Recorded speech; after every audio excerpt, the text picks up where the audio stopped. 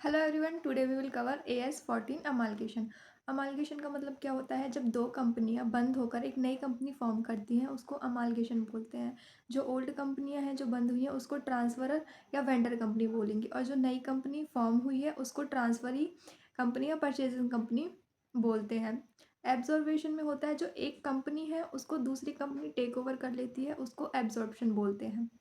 फिर इसके बाद अमालगेशन के टाइप कितने होते हैं? एक तो नेचर ऑफ मर्जर होता है, एक नेचर ऑफ परचेज होता है। नेचर ऑफ मर्जर की 5 कंडीशन होती है। अगर वो 5 कंडीशन सेटिस्फाई हैं तो वो मर्जर होगा। अगर इनमें से कोई भी कंडीशन सेटिस्फाई नहीं होती है तो उसको परचेज बोलेंगे। इसकी फर्स्ट कंडीशन है जो ट्रांसफरर कंपनी की सारी असेट्स और लाइबिलिटी हैं वो ट्रांसफ़र हो जाएंगी नई कंपनी को, बुक वैल्यू पर रिकॉर्ड होंगी। उसके बाद जो इस 90% शेयर होल्डर हैं वो नई कंपनी शेयर होल्डर रहेंगे। जो कंसीडरेशन है वो शेयर्स की फॉर्म में होगा, बट अगर कोई फ्रैक्शन अमाउंट है तो उसको हम कैश में पे करेंगे। बिजनेस कैरी ऑन रहेगा। मैं इसका एग्जांपल देती हूँ कि ये बुक वैल्यू पे रिकॉर्ड क्यों होता है। क्योंकि इसमें जो पुरानी कंपनी के शेयर होल्डर होते हैं वो ही नई कंपनी में शेयर होल्डर होंगे। तो अगर जैसे मेरा घर है, मैं अपने आप को ही सेल करूँगी तो मैं उसको सेम अमाउंट पे तो सेल करूँगी, उसमें मार्जिन थोड़ी ऐड करूँगी। तो इसलिए यहाँ पे हम इसको बुक वैल्यू पे रिकॉर्ड करते हैं। परचेज कंसीडरेशन, ओल्ड कंपनी के जो शेयर होल्डर्स हैं उसको हम कुछ अमाउंट पे करेंगे। जो न्यू कंपनी है ओल्ड कंपनी के शेयर होल्डर्स को जो पेमेंट करती है उसको परचेज कंसीडरेशन बोलते हैं।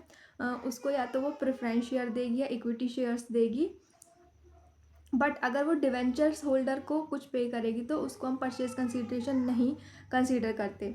फिर परचेज कंसीडरेशन के कितने मेथड होते हैं? एक तो नेट असेट मेथड होता है, एक नेट पेमेंट मेथड होता है, एक इंट्रिंसिक वैल्यू होता है। नेट असेट मेथड है, उसमें कोई डिफरेंस अराइज नहीं होता। जो असेट्स और लाइबिलिटी का डिफरेंस होता है वही परचेज कंसीडरेशन होता है। नेट पेमेंट मेथड में एक इंडिविजुअल पेमेंट होती है और यहाँ पर एक डिफरेंस अराइज होता है। तो यहाँ पे दो मेथड है, एक नेट असेट और एक नेट पेमेंट। नेट असेट में अगर हम मर्जर से जाएंगे तो बुक वैल्यू पर रिकॉर्ड करेंगे, अगर परचेज पे जाएंगे तो हम फेयर मार्केट वैल्यू पे रिकॉर्ड करेंगे। इसमें क्योंकि ऐसा होता है, हम दूसरे पर्सन को, जैसे मैं एग्जांपल देती हूँ, मैं अपना घर किसी और पर्सन को सेल करी तो मैं उसी अमाउंट पे तो सेल नहीं करूँगी, उसमें अपना मार्जिन ऐड करूँगी और उस वैल्यू पे मैं उसको सेल करूँगी। तो इसलिए परचेज में ऐसा होता है। और यहाँ पे असेट माइनस लाइबिलिटी वही हमारा परचेज कंसीडरेशन निकल जाएगा, क्योंकि इसमें कोई भी डिफरेंस अराइज नहीं होता। But in case of net payment यहाँ पर डिफरेंस अराइज होगा, और उस डिफरेंस को, अगर हमारा परचेज कंसीडरेशन ज़्यादा है नेट असेट से तो वो हमारा गुडविल होगा। अगर परचेज कंसीडरेशन हमारा कम है नेट असेट से तो वो हमारा कैपिटल रिजर्व में जाएगा। और जो ये AS है हमारा एप्लीकेबल होता है ट्रांसफरी कंपनी को, यानी कि न्यू कंपनी को ये एप्लीकेबल होता है, जिसको हम परचेजिंग कंपनी भी बोलते हैं। Thank you.